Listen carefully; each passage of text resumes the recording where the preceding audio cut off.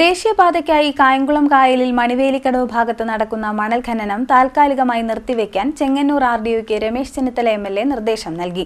അനധികൃതമായും നിയമം ലംഘിച്ചും മണൽ ഖനനം നടത്തുന്നുവെന്നാരോപിച്ച് സമരരംഗത്തുള്ള ജനകീയ സമിതിയുടെ പ്രവർത്തകരെ ഖനനവുമായി ബന്ധപ്പെട്ടവർ മർദ്ദിച്ചതായുള്ള പരാതി ഉയർന്നതിനെ തുടർന്നാണ് നിർദ്ദേശം.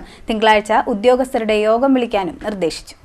ദേശീയപാത വികസനത്തിനു വേണ്ടി കായംകുളം കായലിൽ മണിവേലിക്കടവ് ഭാഗത്തു നിന്നും അനധികൃതമായും നിയമവിരുദ്ധമായും മണ്ണെടുക്കുന്നുവെന്ന് ആരോപിച്ച് സമരം ചെയ്യുന്ന ജനകീയ സമിതിയിലെ അംഗങ്ങളെ മർദ്ദിച്ച സംഭവത്തെ തുടർന്ന് ഡ്രഡ്ജിംഗ് താൽക്കാലികമായി നിർത്തിവെക്കാൻ ചെങ്ങന്നൂർ ആർഡിഒയ്ക്ക് രമേശ് ചെന്നിത്തല എംഎൽഎ നിർദ്ദേശം നൽകി.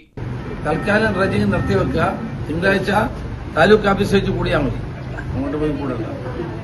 ഒരു യോഗം വിളിച്ചിട്ട് നമുക്ക് തീരുമാനം എടുത്തിട്ട് മുന്നോട്ട് പോയാൽ മതി. ആർഡിയോട് ഞാൻ സംസാരിച്ചു. ആർഡിയോ ഒന്ന് വിളിച്ചാലേ തൽക്കാലം നിർത്തിവെക്കാൻ സ്റ്റോപ്പ് മെമ്മോ കൂടെ കേട്ടോ. ആർഡിയോടും പറഞ്ഞു. ഇല്ലെങ്കിൽ നിങ്ങളായിരിക്കും ഉത്തരവാദികൾ. അവിടെ വലിയ പ്രശ്നം. ജനങ്ങൾ അന്ന് ആർഡിയോ കൂടിയ മീറ്റിംഗിൽ എടുത്ത് ഒരു തീരുമാനം നടപ്പാക്കിയിട്ടില്ല. നമ്മൾ കയ്യൊപ്പ് കാണിക്കുക, ആളുകളെ അടിക്കുക. ഇപ്പൊ തൽക്കാലം സ്റ്റോപ്പ് മെമ്മോ കൊടുത്തിട്ട് തിങ്കളാഴ്ച യോഗം വിളിക്കുക.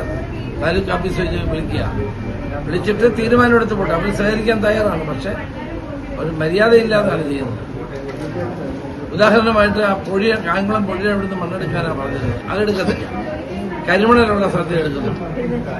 ഭിന്നശേഷിക്കാരൻ കൂടിയായ കണ്ടലൂർ തെക്ക് വാഴപ്പറമ്പിൽ അജി കരുണാകരൻ, ആറാട്ടുപുഴ ഗ്രാമപഞ്ചായത്ത് മുൻ അംഗം ടി പി അനിൽകുമാർ എന്നിവരെയാണ് മർദ്ദിച്ചതായി ആരോപണമുള്ളത്. ഇവർ കായംകുളം താലൂക്ക് ആശുപത്രിയിൽ ചികിത്സ തേടി.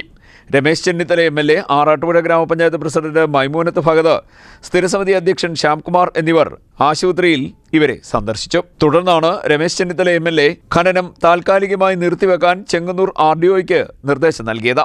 തിങ്കളാഴ്ച ബന്ധപ്പെട്ട ഉദ്യോഗസ്ഥരുടെ യോഗം വിളിക്കാനും രമേശ് ചെന്നിത്തല എംഎൽഎ നിർദ്ദേശിച്ചു. മണിവേലിക്കടവ് ഭാഗത്ത് മണൽഖനനം നടത്തുന്നത് ഈ പ്രദേശത്തിന് ഭീഷണിയായതിനാൽ പ്രദേശത്തെ ജനങ്ങൾ സമരസമിതി രൂപീകരിച്ച് പ്രക്ഷോഭം നടത്തി വരികയായിരുന്നു. ഇതിനിടയിലാണ് കഴിഞ്ഞ ദിവസം തങ്ങളിൽ ചിലർക്ക് മർദ്ദനമേറ്റതായി സമിതി അംഗങ്ങൾ പറയുന്നത്. CDNet news, Kayamkulam.